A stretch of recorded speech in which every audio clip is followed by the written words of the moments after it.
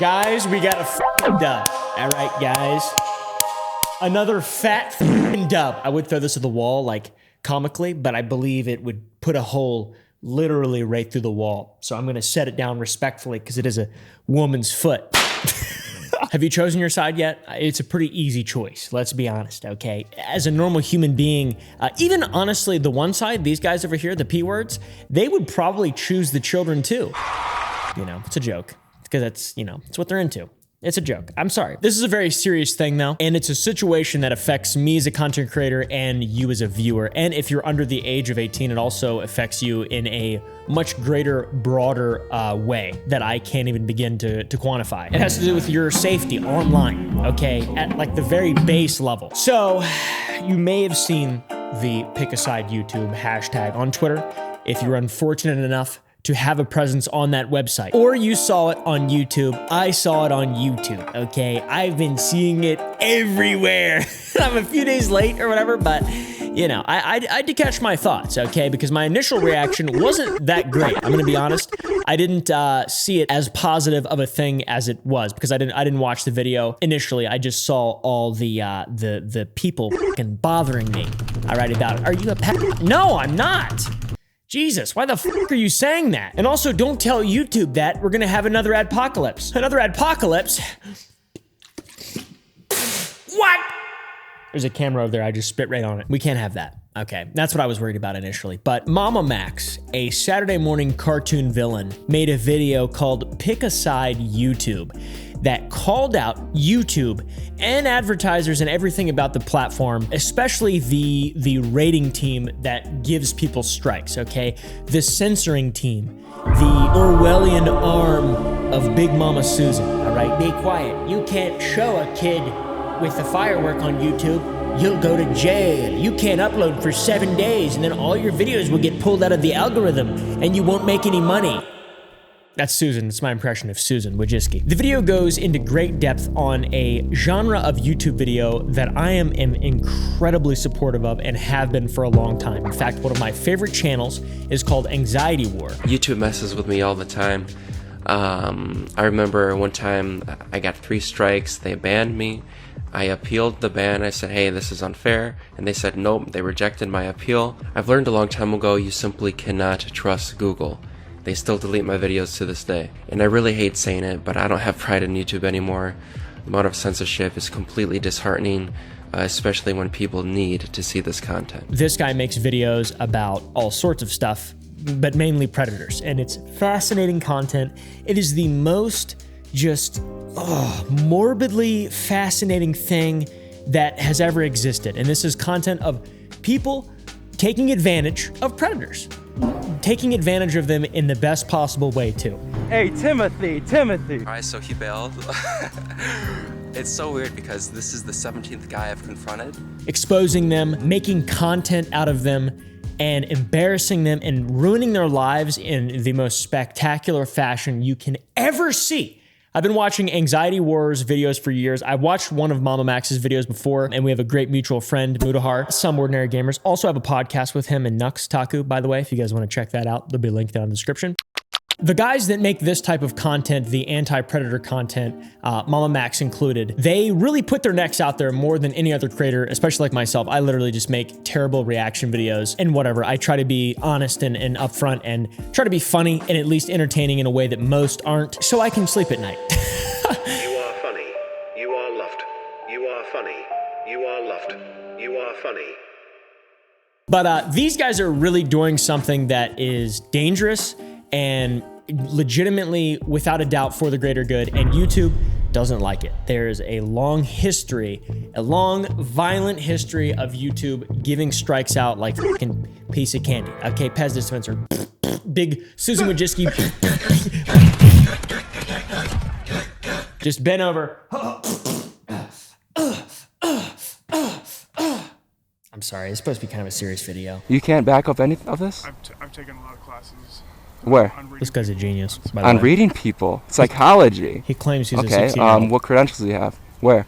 credentials. I don't need it. Yeah, what? I've taken No, what? classes You've at taken classes where? Community college. I've taken them at- Psychology class to community college. Genius. This is what the predators look like. All right, we need to have people like Anxiety War get rid of them and expose them. I wonder what this guy's up to nowadays. He's got some big, huge fucking balls though. He said he's 16. He's not. And this is the kind of content that YouTube doesn't like for some reason. Although it does have 17 million views. I don't know This is if I him want to get in pretending there. to be a 13-year-old No, just get out. getting into Oh, his shoot, it's car. dirty. You weren't kidding. Wherever, Dude. wherever you gonna go with that? I have to know. I don't know. We can walk in the woods or something. I don't know. YouTube gives out strikes like I give out candy. All right. Often and for a small fee. And Anxiety War and Mama Max have both been just relentlessly, and a bunch of other channels, myself included. I've gotten 9 strikes in total on my YouTube channel in my, 10 years on this platform. It has been the purest example of guilty until proven innocent. I literally got a strike for a joke, dude. You'll never know what joke it was, thankfully, because I got a strike and it was erased from the internet. So thank you, YouTube. I've also gotten a strike for a guy doing a magical illusion of him getting run over by a train. Okay, got a strike for that. I had a link to an OnlyFans that I used 100% of all the profit to go towards RAIN, a sexual assault charity, which the amount of money that I made from that, they literally invite me to dinners now. They invite me to fucking dinners because I gave them so much money from that OnlyFans link. But you can't link OnlyFans. I didn't know that at the time. That makes sense. Sorry, it was kind of dumb, my fault. Out of all the examples of me getting a strike, that's the only one that was ever overturned when I showed them an overwhelming burden of proof that they are fucking idiots. And for some reason, I'm still here. Okay, guys, I love you. I love you. And Susan, you've been getting better. I'm gonna be honest, you've been getting better, but we'll circle back around to that. These guys are genuinely putting their necks out there. They are doing something that no other creator really can do. And they're also not making any money, generally speaking. They have like Patreons and fairly loyal audiences that buy their merch, etc. But they're not making AdSense money because it's not monetizable content, which makes no sense to me because To Catch a Predator is one of the most popular shows of all time with like, just because dudes on TV are doing it means it's any better. You came to see Kelly. Yeah. And how old is Kelly? Kelly's way too young for me. Way too young for you. Yeah. Chris Hansen, there's all sorts of drama about that fella. More than the people that make these videos. Personally, I don't think YouTube ever cared about any of us. They only care if you're one of their poster childs, but most importantly, you have to be incredibly ad-friendly. But it's just because they don't have a $1 million production company behind them, they don't get any, the time of day from anyone. And somehow this predator catching content that literally protects kids is damned by YouTube as a platform and a lot of other platforms as well. It's not just YouTube, but the advertiser space is where the YouTube side gets really finicky and strict. Max's video, in a roundabout way, I implore you to go watch it yourself. You're gonna be really surprised if you've never heard of him before. It's great. The editing is insane and his voice is it's wacky. It's really wacky, but I like it, okay? It's very good. The dude is a genius. People kept telling me not to talk to you, but you were one of the first of us. And although you screwed the fucking pooch, I'm willing to forgive you if you speak up for us. And he has successfully galvanized 1 million people into making YouTube a better place, which I'm all for, dude. I'm all for. But I will say my initial reaction to the movement was not that good, okay? Because I got called a and I've been getting called a for the last week because I haven't made a video about this thing that I don't know anything about and have just had people yelling at me on Twitter. You should pick a side, Opoville. You're a real bitch, I bet. You son of a. Well, yeah, but like at the same time, go easy on me. Or whatever, I'm just sitting here existing, drinking way too much water. And frankly, when I first saw this thing, I thought we were going to have ourselves another adpocalypse, which that wouldn't have been good, all right? Because the same thing happened a couple of years ago with the choose a side YouTube or whatever fucking movement it was. And I believe Critical also had a similar initial reaction to all the people just kind of peppering you with, are you a pedophile? If you support this, you're not a pedophile. I mentioned it on stream, and since then, I've been labeled a pedophile defender by some people on Twitter. It was just so confusing. My initial reaction was pretty similar to his. This doesn't seem like it's going to be productive at all. I think the pick a side, children or pedophiles, is extremely goofy and distorts the actual message of his video. A man making a video to start a movement that says YouTube is a safe haven for pedophiles isn't good for anyone on YouTube. But in reality, that isn't what the video is about. And the true message was not clear to me at first until I watched the video, like I said. And there's a lot of people that kind of echo that same art, choreographer, courtier, no. Am I dumb?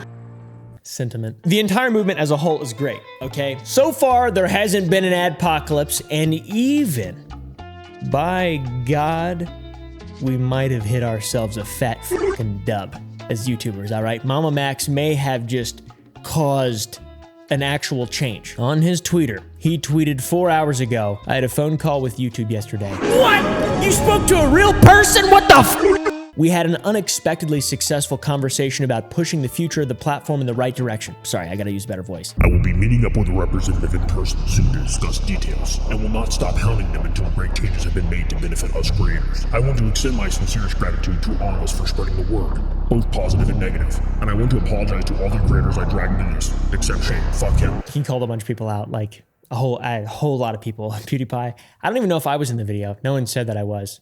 I'm pretty irrelevant, so I wouldn't be surprised if I wasn't. 90% of the issues with YouTube could be resolved if Google just hired a team of real people to look over and see what's actually being done than what's just being reported. But a very unexpected fat fucking dub, though, to be honest. Good job, Max, dude.